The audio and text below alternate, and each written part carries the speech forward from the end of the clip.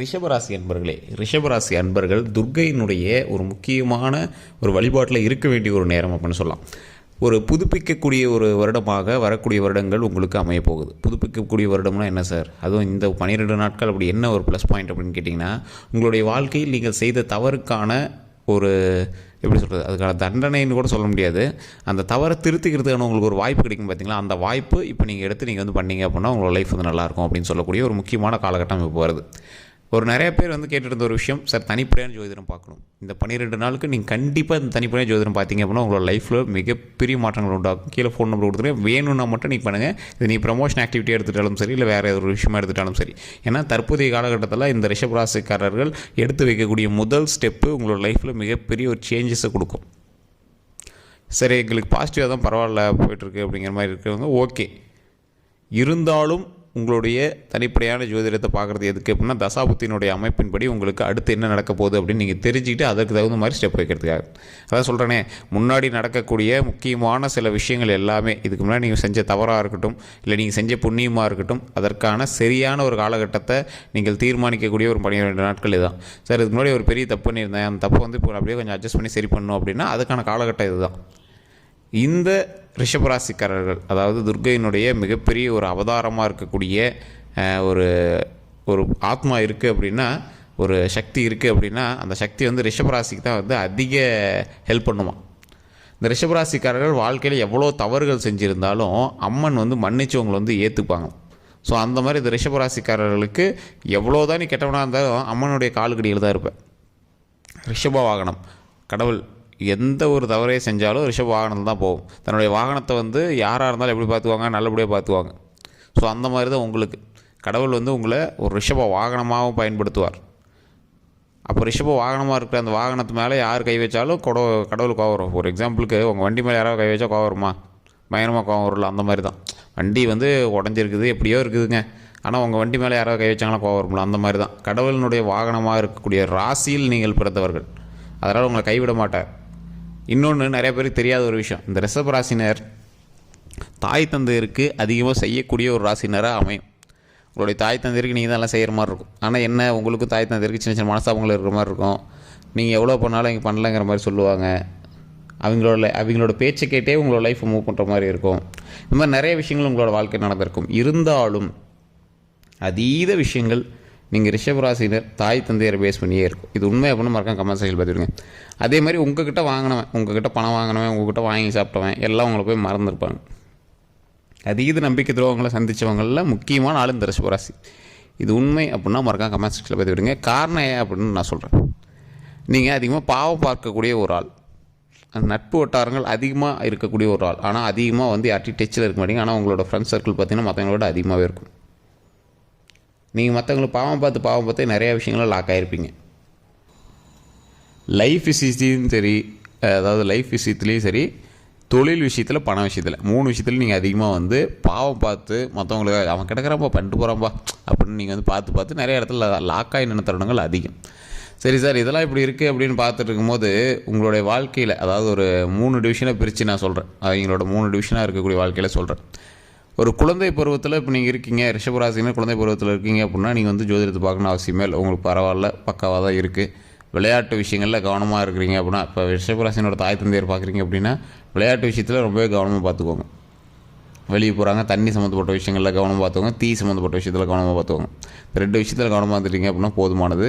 உடல் ஆரோக்கியத்தில் கவனம் தேவை. குழந்தைங்களோட உடல் ஆரோக்கியத்தில் கவனம் தேவை. கண்ட இது ஸ்நாக்ஸ் அது இதுன்னு வாங்கி கொடுத்து வயிறு கெடுக்கிறதோ இல்லை இந்த மாதிரி எந்த விஷயம் பண்ணக்கூடாது.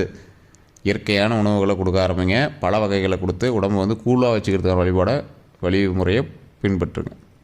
இது ரிஷபராசி குழந்தையாக இருக்கிறவங்களுக்கு.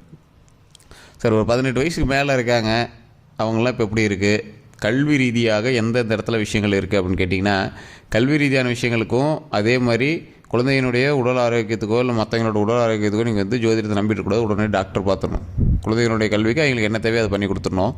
இருந்தாலும் இந்த குழந்தையினுடைய கல்வியை பொறுத்த வரைக்கும் சில இடமாற்றங்கள் அமைவதற்கான நேரம் இருக்குது. நீங்கள் காலேஜ் இதெல்லாம் போயிட்டுருக்கீங்க அப்படின்னா உங்களுடைய மனசை அலைப்பாய விடாமல் வேறு எந்த ஒரு பாலினத்தவர் மீதும் அதிகமாக ஈர்ப்பு ஏற்படுத்தாமல் வாழ்ந்துக்குவாங்க. ஏன்னா இப்போ வந்து ஈர்ப்பு ஏற்படக்கூடிய ஒரு காலகட்டம் இந்த ரிஷபராசினருக்கு. மற்றவங்க மேலே ஈர்ப்பு ஏற்படக்கூடிய காலகட்டம். உங்களுக்கே பார்த்ததுன்னு மைண்டில் வந்து தோணிட்டு இருக்குது அப்படின்னா அதெல்லாம் கொஞ்சம் தள்ளி வச்சுட்டு உங்களோட ஒர்க்கை பார்க்க ஆரம்பிங்க. இப்போ தோணிட்டு இருக்குது அப்படின்னா மறக்காம கமெண்ட்ஸில் பதிவு விடுங்க. ஏன்னா இப்போ இந்த காலகட்டத்தில் உங்களுக்கு ஆட்டோமேட்டிக்காக ஈர்ப்பு ஒருத்தர் மேலே ஏற்படும். அது வந்து நீங்கள் தான் சரி பண்ணிக்கணும். அது உங்களுக்கு லைஃப் லாங் நீடிக்குமா அப்படின்னு கேட்டால் அது ஓரளவுக்கு தான். ஸோ அதனால் அதை கொஞ்சம் பார்த்து கரெக்டாக மெயின்டைன் பண்ணுறதுக்கான வழியை பாருங்கள். உங்களோட ஒர்க்கு மேலே கான்சன்ட்ரேட் பண்ணிங்க அப்படின்னா நீங்கள் வேறு லெவலில் வருவீங்க. அதே மாதிரி வேலை பளு அப்படின்னு பார்க்கும்போது ரிஷபராசினருக்கு கடந்த காலங்களை விட தற்போதைய காலத்தில் வேலை பளு ஓரளவுக்கு சுமை கம்மியாக தான் இருக்கும். இந்த சுமை கம்மியாக இருக்கக்கூடிய காலகட்டத்தில் உங்களுக்கு வருமானம் ஓரளவுக்கு இருக்கும். ரொம்ப அதிகம்னு சொல்ல முடியாது, ரொம்ப கம்மின்னு சொல்ல முடியாது. இந்த நேரத்தில் உங்களுடைய தொழிலில் நீங்கள் செஞ்சுட்டு இருந்த மிஸ்டேக்கை கண்டுபிடிங்க. அதான் நீங்கள் செய்த தவறுக்கான காலகட்டத்தை, நீங்கள் தவறுகளை சரி செய்யக்கூடிய ஒரு காலகட்டம் அப்படின்னு சொல்லியாச்சுங்களா.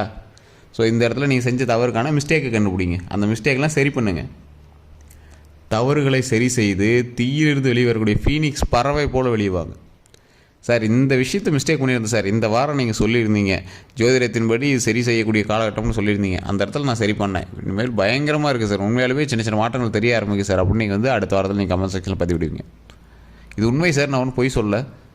இந்த விஷயம் நீங்கள் செஞ்சு பாருங்கள். இந்த காலகட்டத்தில் நீங்கள் செய்யக்கூடிய கரெக்ஷன்ஸ் எல்லாமே உங்களுடைய வாழ்க்கையவே கரெக்ட் பண்ணி கொடுக்கும். தொழில் ரீதியாக நீங்கள் முதலீடு செய்பவர்கள் என்றால் அதீத முதலீடு தற்போதைய காலகட்டம் உங்களுக்கு செட்டே ஆகாது. கூட்டுத் தொழில் இந்த டைமில் ரொம்ப ஜாக்கிரதையாக இருக்க வேண்டிய நேரம்.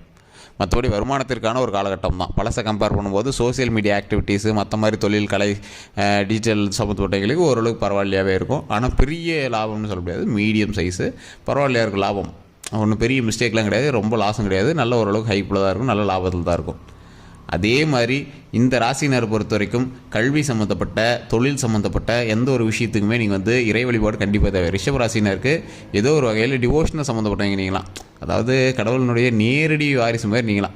ஸோ நீங்கள் என்ன பண்ணணும் அப்படின்னா கடவுள்கிட்ட எப்பயும் வணங்கிட்டே இருக்கணும். தாய் தந்தையர் வணங்குற மாதிரி நீங்கள் கடவுள்கிட்ட வணங்கிட்டே இருக்கணும். தாய் தந்தையரும் உங்களுக்கு மறுதெய்வம் அப்படிங்கிறது மறந்துடாதீங்க.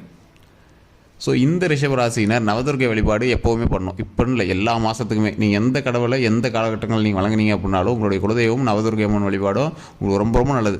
ஓம் நவதுர்கையே போற்றி, ஓம் நவதுர்கையே போற்றி, ஓம் நவதுர்கையே போற்றி அப்படின்னு மறக்காமல் கமெண்ட் செக்ஷனில் 3 டைம் பதிவிட்டுட்டு எப்போ ஃப்ரீ டைம் கிடைக்குதோ சரி அந்த டைமில் துர்கை அம்மனை போய் சந்திங்க.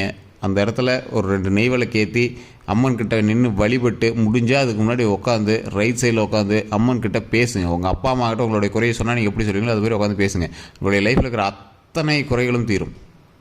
அவ்வளோ பெரிய பவர் துர்கை அம்மன்கிட்ட. நிறைய பேருக்கு தெரியாத விஷயம், நான் நிறைய வீடியோவில் சொல்லியிருப்பேன். அரசர்கள் அவங்க வென்று வரணும் அப்படிங்கிறதுக்காக கோயிலை சுற்றி வரும்போது மிகப்பெரிய சக்திகளை எல்லாத்தையும் சின்னதாக சிலையாக செஞ்சு கோயிலை சுற்றி வச்சுருப்பாங்க.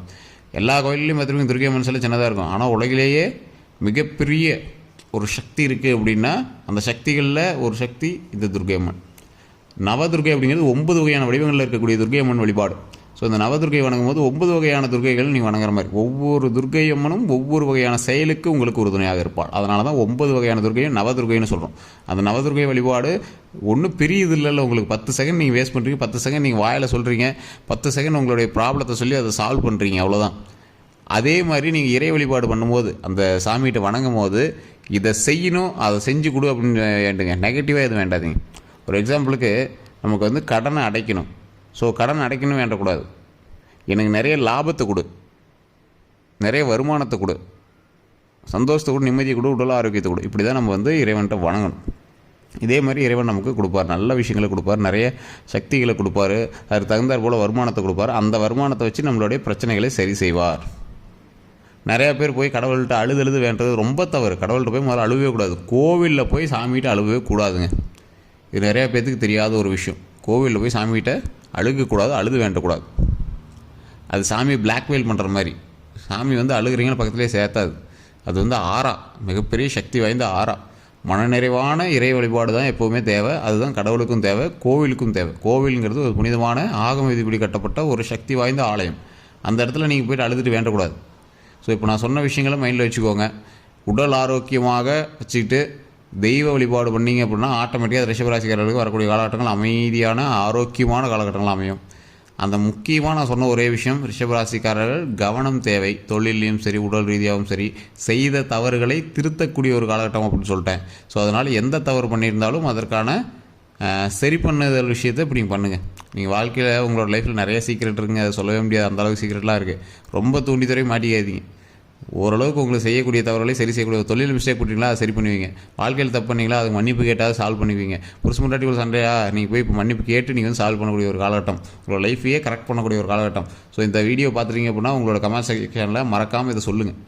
ஆமாம் சார், நீங்கள் சொன்ன மாதிரி ஒரு விஷயம் இருக்குது, அதை நான் யோசிச்சுட்டு தான் இருக்கேன், ஒரு வீம்புக்காக ஈகோக்காக பார்த்துருக்கேன் அப்படின்னா அதெல்லாம் தூக்கி போட்டு உடச்சி எரிஞ்சிட்டு இதுக்கு மேலே கரெக்டான லைஃப்பை பார்க்க ஆரம்பிங்க. இதுதான் உங்களுக்கு ஒரு சரியான காலகட்டம் அப்படின்னே சொல்லலாம்.